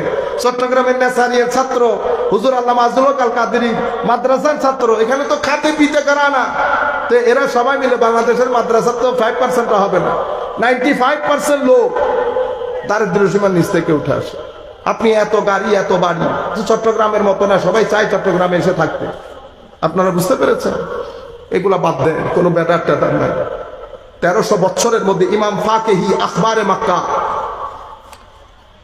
উনি বলছেন মক্কা শরীফের লোক শবে বরাতের দিন, আমার মনে হয় ইমাম ফাকেহির ইন্তেকাল 270 বা 290 খ্রিস্টাব্দে ইমাম ফাকেহির ইন্তেকাল। বুঝতে পেরেছেন আপনারা? ইমাম ফাকেহি রহমতুল্লাহি আলাইহি উনি আখবারে মক্কার মধ্যে উনি স্পষ্ট ভাষায় বলছেন যে সিরিয়ার মধ্যে সলফে সালিহিনে উম্মত মানে তাবে ও তাবে ইনরা এই দিবস পালন করতেন, এই রাতে ইবাদত করতেন, জিকির আজকার করতেন। মক্কা শরীফের লোক স্পেশাল তাওয়াফ করতেন, নামাজ পড়তেন, মানুষকে জমজম খাওয়াইতেন। উনি বলতেছেন কেউ কেউ যেমন ইমাম ইবনে মুলাইকা সহ কেউ কেউ এটাকে নাজায়েজ বলেছে, কিন্তু উনি বলেছেন সলফে সালিহিনে উম্মত কেউ এটাকে নাজায়েজ তো দূরের কথা, বরং ইবাদত করতেন, রাত জেগে আল্লাহর প্রার্থনা করতেন। ঘটনা কি ঘটেছে জানেন? ইবনে তাইমিয়া একজন আছেন, ইবনে তাইমিয়া, উনি কিছু শব্দের টেকনিক খেলতেন। কিসের টেকনিক? শব্দের। আমি আপনাদেরকে একটা জিনিস বুঝাইলে আপনারা বুঝতে পারবেন কত বড় গলতি হয়। উলামায়ে কেরাম আছেন। কিছুদিন আগে আমরা ছাত্রদেরকে একটা কিতাব পড়াচ্ছিলাম, কায়দা নসফি, আমাদের সিটি অফ নলেজ, ছাত্র তো না, উলামায়ে কেরাম বিভিন্ন মাদ্রাসায় যারা পড়ানি বলতে আমরা তারা পড়ার কারণে তাদের কাছ থেকে আমরা অনেক বেনিফিট নেই। তো ছাত্ররা পড়তেছে ওয়াকাল আল উলামা মানে আন্না হাযাল ইলম, আমি ইলমুল কালামের কথা বলতেছি, বুঝতে পেরেছেন? ওয়াকাল আল উলামা, আলেমরা বলেছে ইলমুল কালাম শিক্ষা করা জায়েজ নাই। ওয়াকাল আল উলামা, আমার মাথা ধরে গেছে না, বলে কি আমি আকীদার কুলা 60 বছর 5 বছর আজহারে পড়ে আসছি, আবার এটা কোন উলামা ইলমুল কালাম পড়া না জায়েজ বলছে? আল্লাহ দাঁড়ান বেটা, চেক করেন, কপি চেক করেন, তোমারটাতে কি আছে? হুজুর ওয়াকাল আল উলামা, না হলে এটা হতে পারে না। তোমারটাতে কি? হুজুর ওয়াকাল আল উলামা। আমাদের আরেকজন ভালো, মাশাআল্লাহ, আল্লাহ তাকে আরো বড় করুক, বাংলাদেশে বহু বড় মাদ্রাসা, এমনি প্রভাষক কিন্তু কামিলও ক্লাস করে, আমাদের ছাত্র, ঢাকা ইউনিভার্সিটি থেকে পাশ করছে, ঢাকা মহকুর কাদেরিয়ার ছাত্র, এখন তো আল্লাহ পাকের মেহেরবানি। ও বলতেছে হুজুর আমার নুসখার মধ্যে কিন্তু একটা শব্দ আছে, কি? এখানে আছে ওয়াকালা বা'দুল উলামা। কি আছে? বা'দুল উলামা। আপনি পার্থক্য দেখেন, ওয়াকালাল উলামা আলেমগণ বলেছেন, আলেমগণ মানে সব আলেম একমত এটা জায়েজ নাই, কিন্তু মাঝখান থেকে একটা বাদ করে গেছে। যখন আছে ওয়াকালা বা'দুল উলামা, আলেমদের মধ্যে কেউ কেউ বলেছেন এটা না জায়েজ, তো দুধ কা দুধ পানি কা পানি হয়ে গেছে না? কেউ কেউ না জায়েজ বলে, কেউ কেউ তো আল্লাহ রাসূলকে নবী মানে নাই। আমার ওইটা দেখার সময় নেই, মেজরিটি উলামা কি বলেছে। তো ইবনে তাইমিয়া সাহেব উনি অনেক বড় আলেম, নিঃসন্দেহ অনেক বড় আলেম, কিন্তু উনি এই শব্দের টেকনিক গুলা খেলতেন। উনিও ওনার এক কিতাব ইক্তেদা সিরাতুল মুস্তাকিম আর ওনার ফতোয়া, দুইটার মধ্যে উনি এটা বলতে চেয়েছেন যে সলফে সালিহিনে উম্মত এটা পালন করতেন, এটার উপর অসংখ্য হাদিস শরীফ রয়েছে, কেউ তো স্বীকার করে না, কেউ স্বীকার করে না শবে বরাতে। তো উনি তখন কি করছেন, উনি এই টেকনিক গুলা খেলতেন। যেখানে ইমাম ফাকেহি, কারণ ইবনে তাইমিয়া আসছে তো 600 হিজরির পরে, ইমাম ফাকেহি তো 290 হিজরিতে বা 70 হিজরিতে, তখনকার সময় 2 থেকে 300 হিজরির মাঝখানে উনি লিখছে কেউ কেউ এটাকে নাজায়েজ বলেছে, কিন্তু সলফে সালেহিন উম্মত এটা পালন করতেন।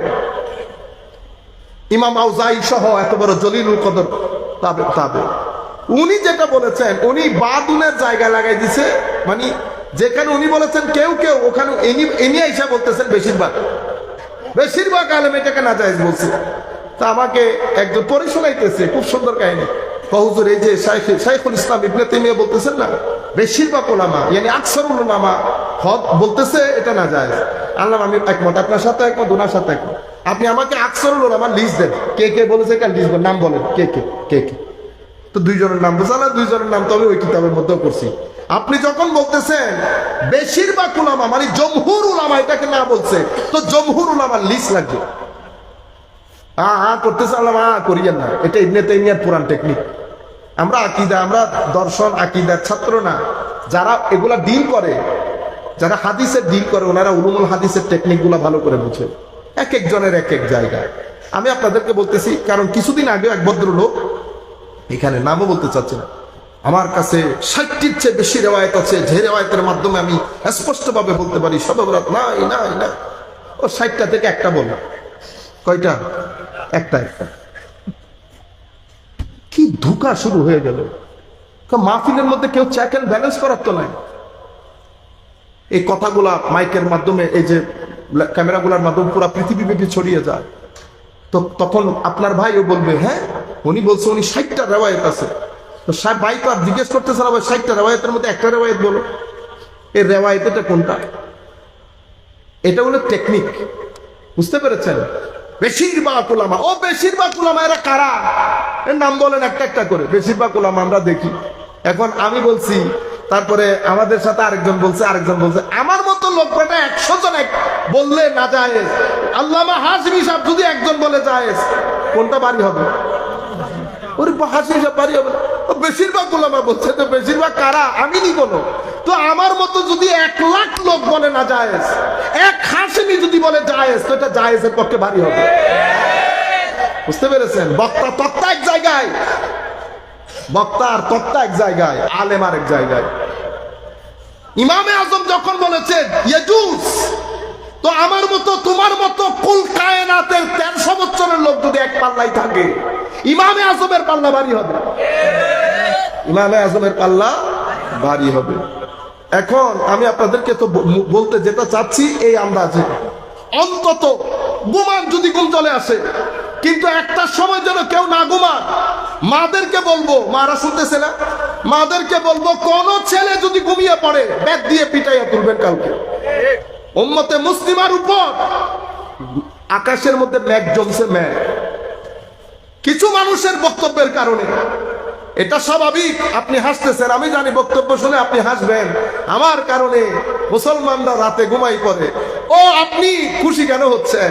রাতে ঘুমাই পড়লে তো খুশি হবে শয়তান, আপনি খুশি হবেন কেন?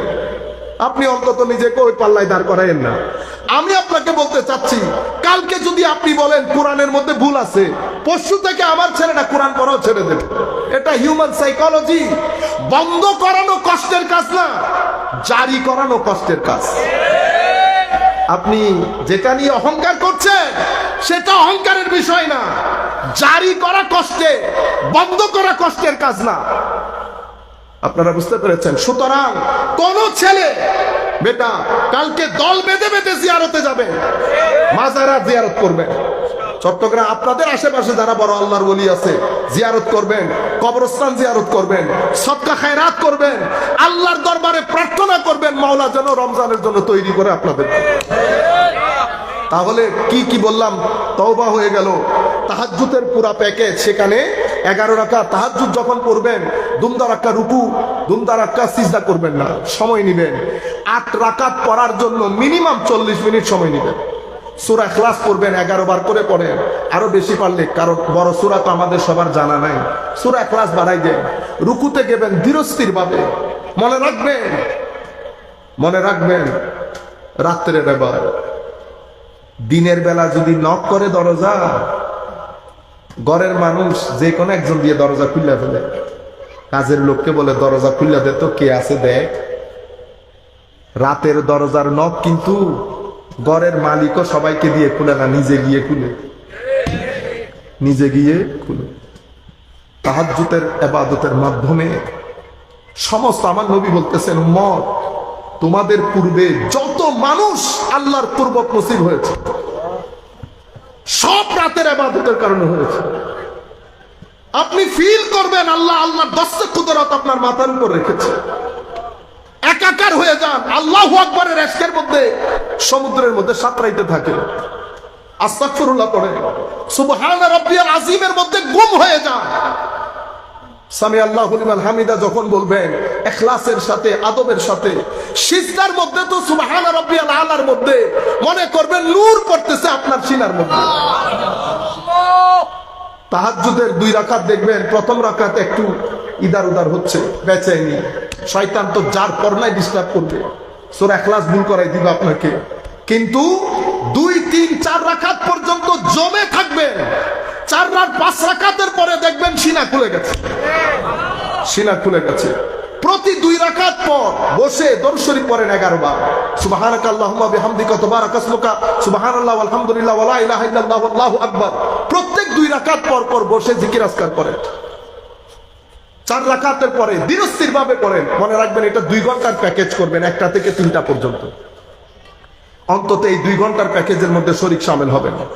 কেরাত পড়বেন, দরুদ শরীফ পড়বেন, কোরআন শরীফ পড়বেন, এটা এইভাবে শেষ হবে। আল্লাহ রাব্বুল আলামিন ক্ষমা করবেন। কিন্তু আমার নবী কিছু কিছু মানুষকে ক্ষমা করবেন না বলেছেন।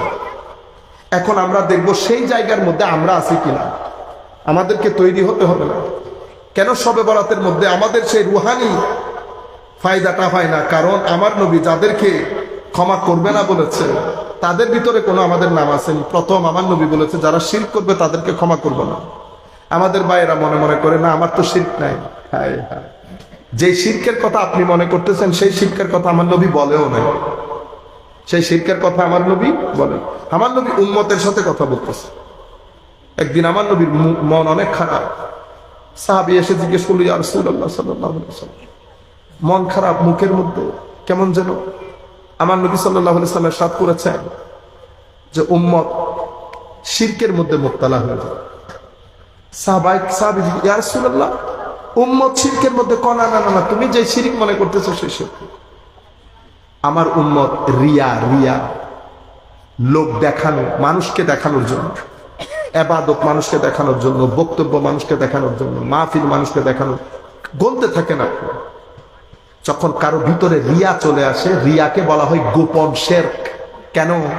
আমি বক্তব্য দিচ্ছি, আমি চাচ্ছি মানুষ আমাকে অনেক বড় বক্তা বলুক, মানুষ আমাকে পছন্দ করুক। হ্যাঁ, আপনারা মোটরসাইকেল নিয়ে আসবেন, মোটরসাইকেল সামনে পিছনে রাখবেন। কেন চাচ্ছেন? আপনি চাচ্ছেন, এটা আপনার নফসের ডিমান্ড। আপনি আল্লাহর ইবাদতের মধ্যে মানুষের সন্তুষ্টিকেও শরীক করে ফেলেছেন। মানুষের অ্যাপ্রিসিয়েট চাচ্ছেন আপনি। আল্লাহর ইবাদত, আল্লাহর জিনিস, আপনি যখন মানুষের অ্যাপ্রিসিয়েশন চাইবেন তাহলে তো শরীক করে ফেললেন সেখানে। এটাকে রিয়া বলে।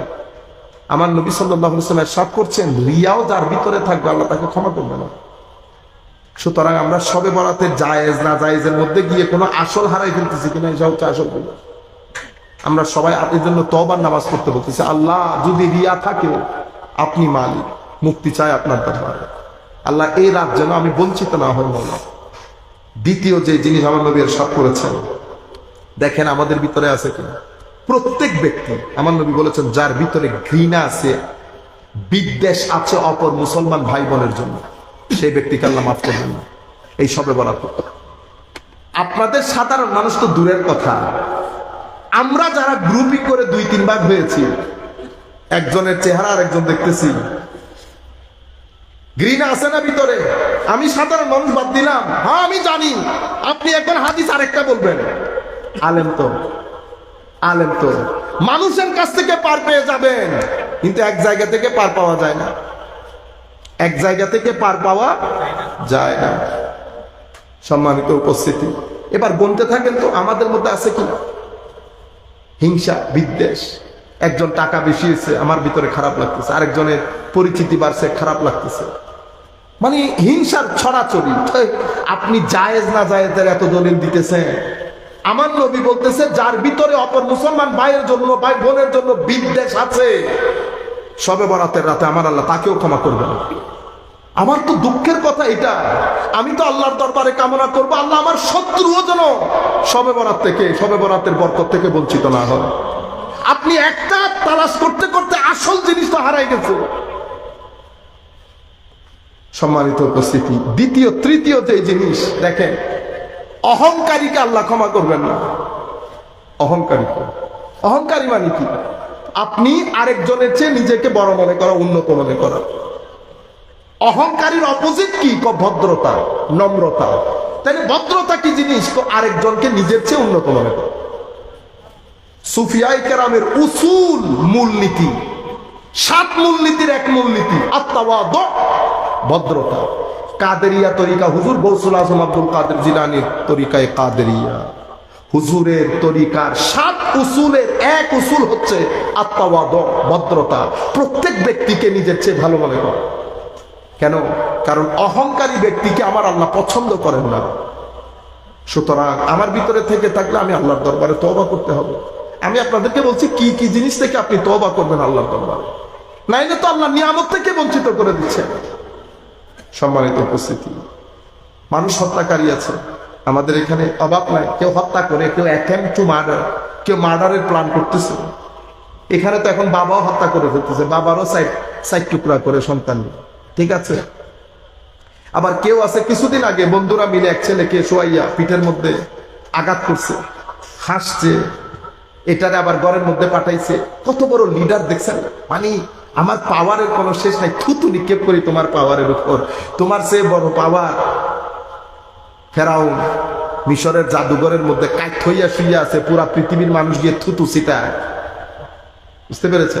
আমি বিশেষ একটা অনুরোধ করছিলাম যে পুলিশকে আপনি অ্যারেস্ট করিয়েন না, এদেরকে ছেড়ে দেন, বাজারের মধ্যে ছেড়ে দেন, এরা জীবন যাপন করুক, মানুষকে দেখতে দেন।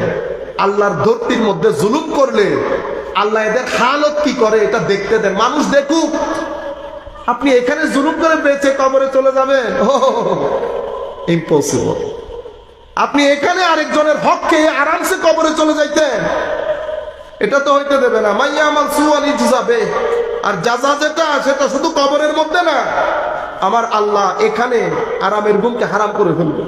আপনি আল্লাহর ধরতির মধ্যে থেকে আল্লাহর ইবাদত করতেছেন না, সেটা ভিন্ন জিনিস, কিন্তু আল্লাহর সৃষ্টির উপর জুলুম করে আপনি কবরের মধ্যে ইজ্জত নিয়ে চলে যাবেন। আমার ভাইয়ের এটা মাথা থেকে ঝেড়ে ফেলে দেন, মাথা থেকে ঝেড়ে ফেলে দেন।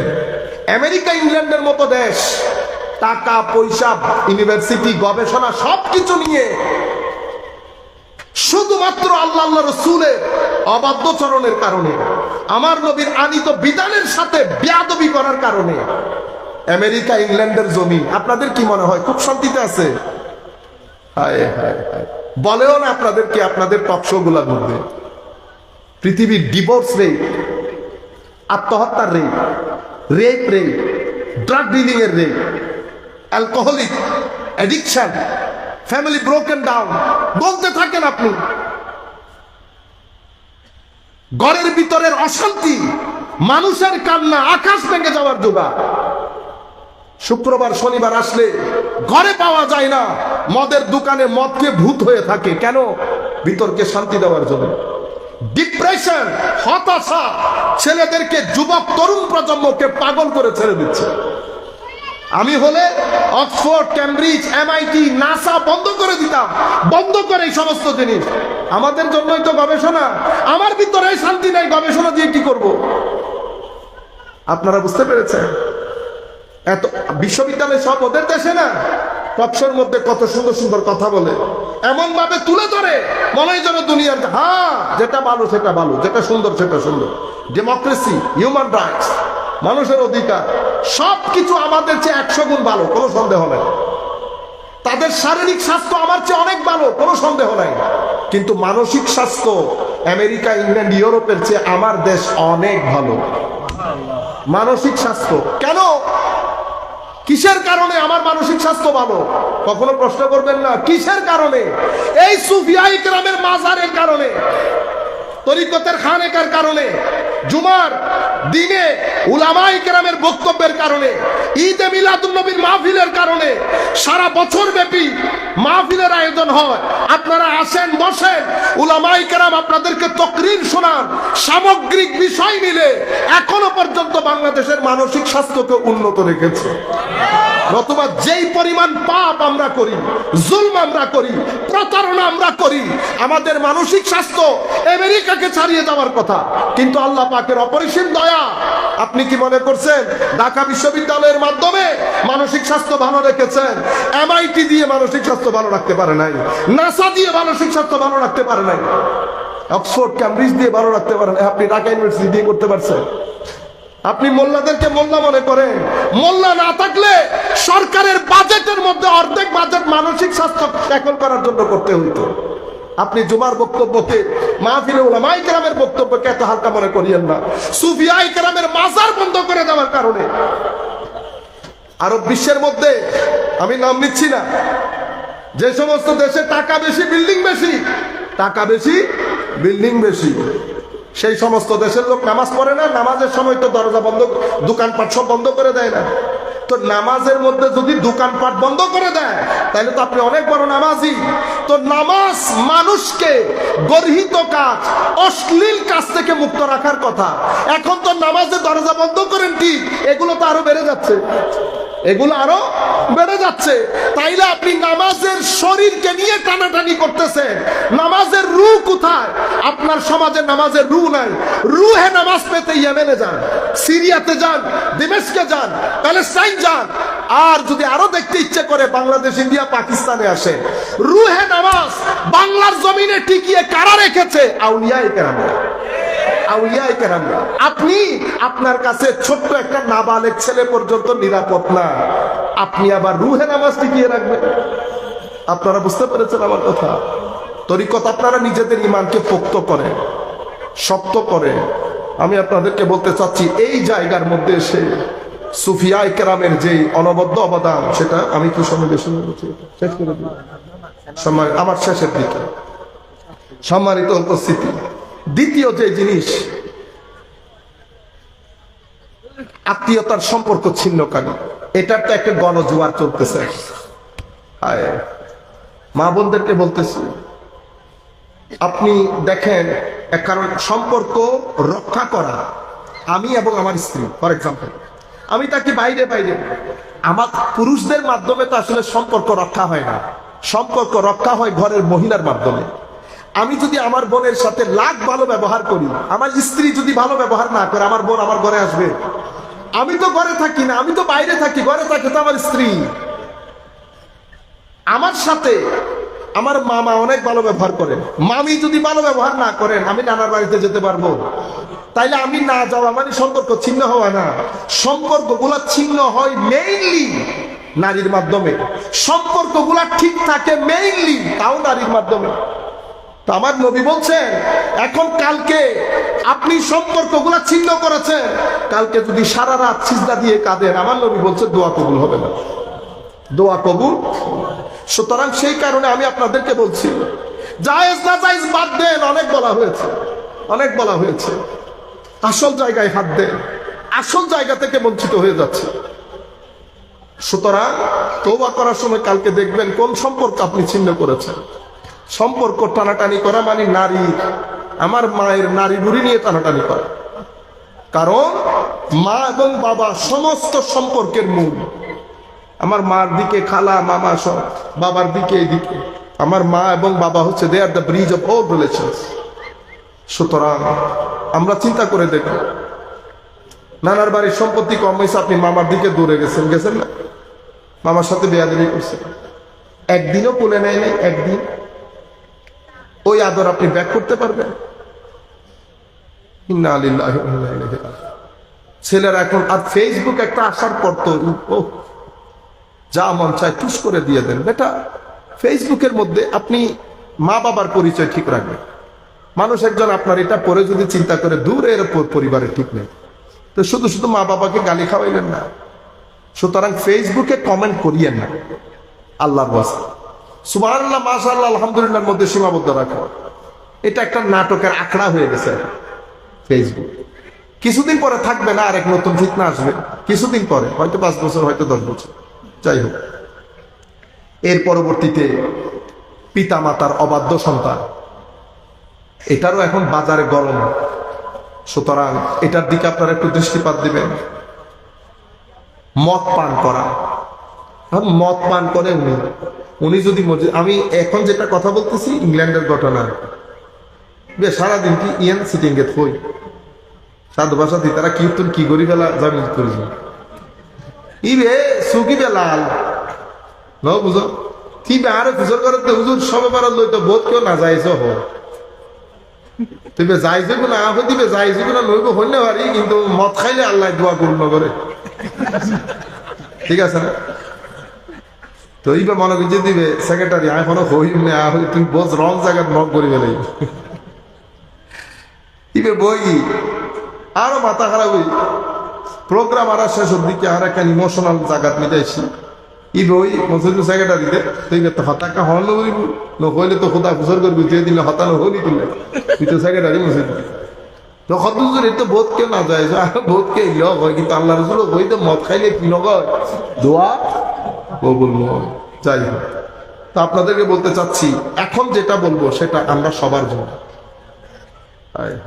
আমি চিন্তা করি এরকম যদি হয় বাংলার জমিনে কেউ মাপ পাবে, আমি তো মাপ পাবো না অন্তত। আমার নবী বলছেন যারা গীবত করে তাদের গুনাহ আল্লাহ মাফ করবে না। বস এবার আপনি চিন্তা করেন সবে বড় জায়েজ না জায়েজ এটা নিয়ে থাকেন। যে ব্যক্তি গীবত করে, মানুষের কথা বলে, পরনিন্দা পরচর্চা, মানুষের কথা নিয়ে থাকে, সেই ব্যক্তির গুনাহ আল্লাহ ক্ষমা করবে না।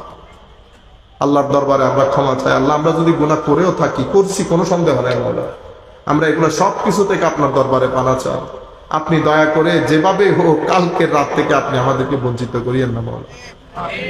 আপনি যদি বঞ্চিত না করেন, আসেনি কোনো মায়ের পোলা আমাদেরকে ঠেকাবে, আবার আপনি যদি বাদ দিয়ে দেন তাহলে তো আমরা শেষ।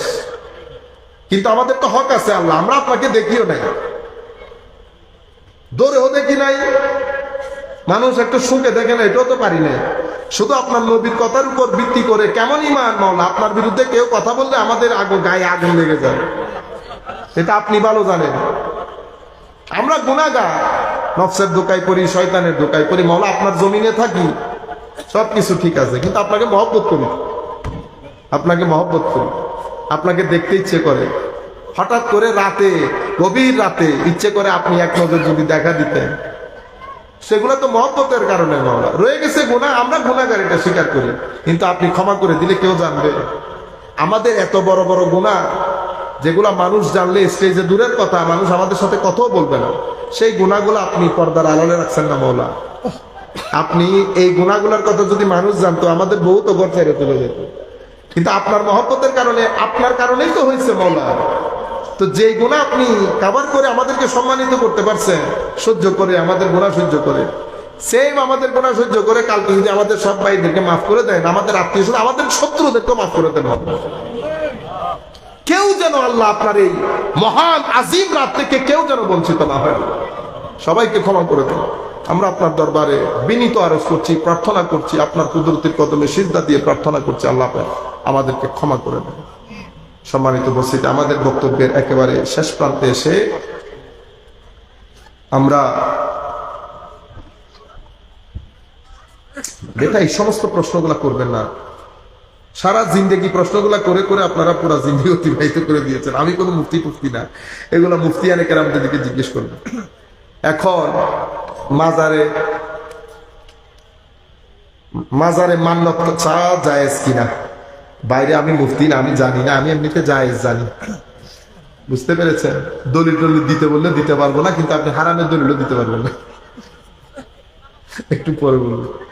তো বলতে চাচ্ছি, এই যে লাইলাতুল বরাতের বিষয়ে আপনি দেখেন কত বড় বড় ইমাম, এটা হাদিস বর্ণনা করে নাই, শুধু নিজের হাদিসের কিতাবের মধ্যে শবে বরাতের উপর চ্যাপ্টার লিখছে। কি লিখছে? চ্যাপ্টার বানাইছে। একটা হচ্ছে একটা হাদিস চলতি পথে আনা, আর একটা হচ্ছে চ্যাপ্টার করে ওইটার আন্ডারে হাদিস আনা। তো কি পরিমাণ গুরুত্ব দিচ্ছে দেখেন মুহাদ্দিসিনে কেরাম। আপনারা যারা কিতাব পড়েন, লেখেন, জানেন, ওনারা বুঝার কথা, চ্যাপ্টার করা আর একটা হাদিস আনা, দুইটার মধ্যে আসমান জমিনের ফারাক। চ্যাপ্টার করেছে ইমাম ইবনু মাজাহ, চ্যাপ্টার করেছে ইমাম তিরমিজি, করেছে ইমাম আহমদ ইবনে হাম্বল, করেছে ইমাম আহমদ ইবনে হাম্বল, ইমাম আব্দুর রাজ্জাক করেছে। ইমাম আব্দুর রাজ্জাক মানে এই প্রথম সারির প্রথম যুগের মুহাদ্দিস। ইমাম বুখারী, সিহাসিকার যারা, ইনারা দ্বিতীয় পর্বের মুহাদ্দিস, ইনারা প্রথম পর্বের মুহাদ্দিস। ইমাম আব্দুর রাজ্জাক, ইমাম বাইহাকি, ইমাম বাজ্জার, ইমাম ইবনে হিব্বান, ইমাম তাবরানি, ইমাম মুহাম্মদ, ইমাম শাফিঈর উস্তাদ, ইমাম মুহাম্মদ, ইমাম আজমের ছাত্র, আলাদা চ্যাপ্টার কায়েম করেছে শবে বরাতের। আজকের না তো, ইনারা জালালউদ্দিন সুয়ুতি, ইমাম জালালউদ্দিন সুয়ুতি ওনার কিতাবের মধ্যে অনেক পরে, জালালউদ্দিন সুয়ুতি অনেক পরে। আমি আপনাদেরকে পুরা সময়ের কাহিনীগুলা বলতেছি। এর পরবর্তীতে আপনারা দেখেন ওটা হাদিস শরীফের কিতাব, যেই হাদিসের মধ্যে আমার নবী সাল্লাল্লাহু আলাইহি ওয়াসাল্লাম ইরশাদ করেন যে আল্লাহ রাব্বুল আলামিন শবে বরাতের রাতে সৃষ্টিকুলের প্রতি রহমতের দৃষ্টি দিয়ে তাকান, এবং মুশরিক, দেখেন মুশরিক এবং অন্যের প্রতি হিংসা বিদ্বেষকারী, শাহনা লি আখিহি, অন্যের প্রতি হিংসা বিদ্বেষ পোষণকারী বাদে আল্লাহ সবাইকে ক্ষমা করবেন। এই হাদিস বর্ণনা করেছে কয়জন সাহাবী? 1 জন, 2 জন, 3 জন, 4 জন, 5 জন, 6 জন, 7 জন, 8 জন সাহাবী বর্ণনা করেছে। এবং এই হাদিসের সিহতের উপর, সহিহ হওয়ার উপর কারো কোনো ইখতিলাফ নাই, পক্ষের লোকেরও নাই, বিপক্ষের লোকেরও নাই। হযরতে আবু বকর সিদ্দিক রাদিয়াল্লাহু আনহু, হযরতে আলী কারামাল্লাহু ওয়াজহুল কারীম, হযরত আয়েশা সিদ্দিকা, মুআয ইবনে জাবাল, আবু মুসা আশআরী, হযরত আবু হুরায়রা, আউফ বিন মালিক, হযরত আবু সালাবা রাদিয়াল্লাহু আনহু আজমাইন, এই 8 জন সাহাবী ওই হাদিস বর্ণনা করেন। আপনারা বুঝতে পেরেছেন? এরপরে যদি আপনারা, আমি হাদিসগুলো আর এখানে বলতেছি না, শুধু কয়েকজন এই ফাকিহ, ইমাম ফাকিহ আসছে। আপনি যদি দেখেন ইমাম শাফিঈ রাদিয়াল্লাহু তাআলা আনহু, আমি তো প্রথমে হাদিস, একটা জিনিস মনে রাখবেন, এটা আমার আখেরি পয়েন্ট। আপনি যখন আমাকে বলবেন শরীয়তের দৃষ্টিতে শবে বরাত, তখন আমাকে কি করতে হবে? আমাকে প্রথমে কোরআন শরীফে যাইতে হবে। কোরআন শরীফের দলিল ডাইরেক্টও হতে পারে, ইনডাইরেক্টও হতে পারে। যেমন আমি একটা আয়াত পড়ি, আমরা হামিম, ওই আয়াতটা। এখন এই যে ওই হামিম সূরার মধ্যে লাইলা মুবারাকা, বরকত মণ্ডিত রাত, বেশিরভাগ মুফাসসিরিনে কেরাম বলেছেন এই রাতের মাধ্যমে লাইলাতুল কদর উদ্দেশ্য। ঠিক আছে, আমি এখন যে কথাটা বলতেছি সেটা আমাদের ইংল্যান্ডের কথা। আমাদের ভাই শবে বরাতের রাতে, মানে আল্লাযী ইউওয়াসবিসু ফি সুদুরিন নাস মিনাল জিন্নাতি ওয়ান নাস, শান্তি দিবেন আপনাকে, নামাজ দোয়া পড়তে দিবেন পিছনে। তো বলতেছে লাইলা মুবারাকার মাধ্যমে তো শবে কদর, শবে বরাত না। ঠিক আছে, তো আমি হাসতেছি, আমাকে বলতেছেন আপনি হাসতেছেন কেন? এটা তো শবে বরাত উদ্দেশ্য না। হ্যালো, আমিও তো জানি শবে বরাত উদ্দেশ্য না, কিন্তু শবে বরাত একটা আছে, তো না থাকলে আপনি শবে বরাত বললেন কেমনে? আপনারা বুঝেন নাই গুলো? ও ভাই, আমি কি জিদ ধরছি যে লাইলা মুবারাকার মাধ্যমে, মানে দ্য মিনিং অফ লাইলা মুবারাকা, ইট মাস্ট বি লাইলাতুল কদর। I never said this. আমি তো আপনাকে বলছি বেশিরভাগ আলেম বলছে লাইলা মুবারাকার মাধ্যমে শবে কদর উদ্দেশ্য। কেউ কেউ বলেছেন শবে বরাত উদ্দেশ্য। ঠিক আছে, আমি তো এটা কখনো বলি নাই যে এটা শবে কদরই। তো উনি বলতেছেন আমাকে, কই তো আপনি তো বললেন। হ্যাঁ, আমি বলতেছি তো এটা শবে কদর, শবে বরাত না। ও বলতেছে শবে বরাত না। তাহলে শবে বরাত নামে কোনো রাত না থাকলে তুই এটা বললি কেমনি শবে বরাত? আপনারা বুঝতে পেরেছেন? তো আমি বলতেছি এটা তো কোরআনের আয়াত, কোরআনের আয়াত।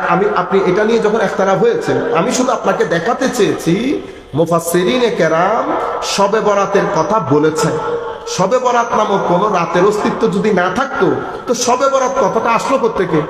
হ্যাঁ, এখন আমি দেখবো মুফাসসিরিনে কেরাম যে শবে বরাতের কথা বলতেছে, এটা নিয়ে হাদিসে পাকের মধ্যে, হাদিসে পাক তো শবে বরাতের সমুদ্র হয়ে গেছে। কি হয়ে গেছে? সমুদ্র। অসংখ্য মুহাদ্দিসিনে কেরাম কিতাবও লিখেছে। আমরা গত শবে বরাতের মধ্যে ইমাম সৈয়দ আল গুমারি রাহমাতুল্লাহি আলাইহি ওয়া নাফা'না বিউলুমিহি ফিদ দারাইন, আমিন, আমরা ওনার লিখিত কিতাব এক সেশনের মধ্যে আমরা 4 জনে মিলে পড়িয়েছি। আপনারা যারা পেজের মধ্যে ছিলেন, শেখ গুমারি তো বিশ্ববিখ্যাত মুহাদ্দিস। শবে বরাতের উপর আলাদা কিতাব আমার কাছে এখানে আছে। আমি এখানে আর এত দীর্ঘ বক্তব্য দিতে চাচ্ছি না, বিদে বলতেছি না। আপনারা বুঝতে পেরেছেন? তাহলে আমি হাদিসের মধ্যে গেছি। হাদিসের মধ্যে আপনাকে বলছি এই হাদিস, এই মুহাদ্দিস, এই কিতাব ইমাম মুহাম্মদ, ইমামে আজমের ছাত্র না? তো ইমামে আজম যদি তাবেঈ হয়, ইমাম মুহাম্মদ কি হলো? তাবেঈ। তাইলে 3 যুগের 1 যুগের আলেম না, মানে সলফে সালেহিনে উম্মত। উনি সলফে সালেহিন না হইলে তো কি আপনি সলফি? আপনি কি মনে করছেন লম্বা দাড়ি, হাঁটুর নিচে পাঞ্জাবি, তারপরে এখানে একটা কালো দাগ, এটার নামে সলফিজম? না, এটার নাম না। 3 যুগের সলফকে সলফিন বলে, কেউ 5 যুগ পর্যন্ত বলেছেন। তো ইমাম মুহাম্মদের মতো তাবেউত তাবেঈন আলেম, উনি ওনার কিতাবের মধ্যে আলাদা চ্যাপ্টার কায়েম করে হাদিস শরীফ এনেছে শবে বরাতে। আমি আপনাদের কনফিডেন্সের জন্য বলতেছি এই কথাগুলো। তাহলে ইমাম মুহাম্মদ অনেক তাবেউত তাবেঈন, উনি ওনার কিতাবের মধ্যে আলাদা চ্যাপ্টার কায়েম করেছেন। এবং আপনি ইমাম শাফিঈ রাদিয়াল্লাহু তাআলা 204 হিজরির লোক, কয় হিজরি? 204 হিজরিতে হুজুর ইন্তেকাল করেছেন ইমামে শাফিঈ। তাহলে ইমাম শাফিঈর আরো সিনিয়র উস্তাদ ইমাম মুহাম্মদ রাদিয়াল্লাহু তাআলা আনহু ওয়া আরদা, উনি ওনার কিতাব, বিশ্ববিখ্যাত কিতাব, সবাই পড়ে কিতাবুল ওম, সেটার মধ্যে উনি কোন কোন রাতের দোয়া কবুল হয় সেই রাতের মধ্যে 5টি রাতের একটা রাত বলেছে লাইলাতুল বারাত। এখন আপনি যদি বলেন আহমদ ইবনে হাম্বল মানি না, ইমাম শাফিঈ মানি না, কাউকে মানি না, তো আমি বলবো আমি আপনাকে মানি না।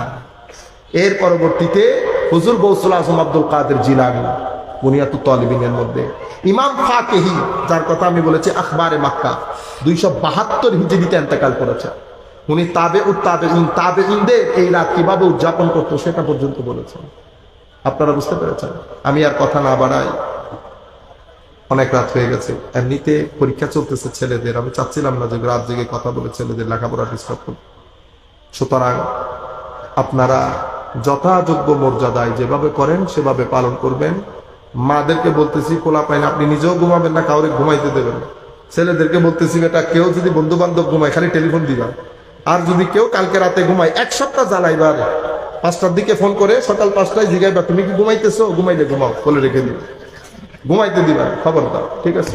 আল্লাহ রাব্বুল আলামিন আমাদের হামি নাসির হোক।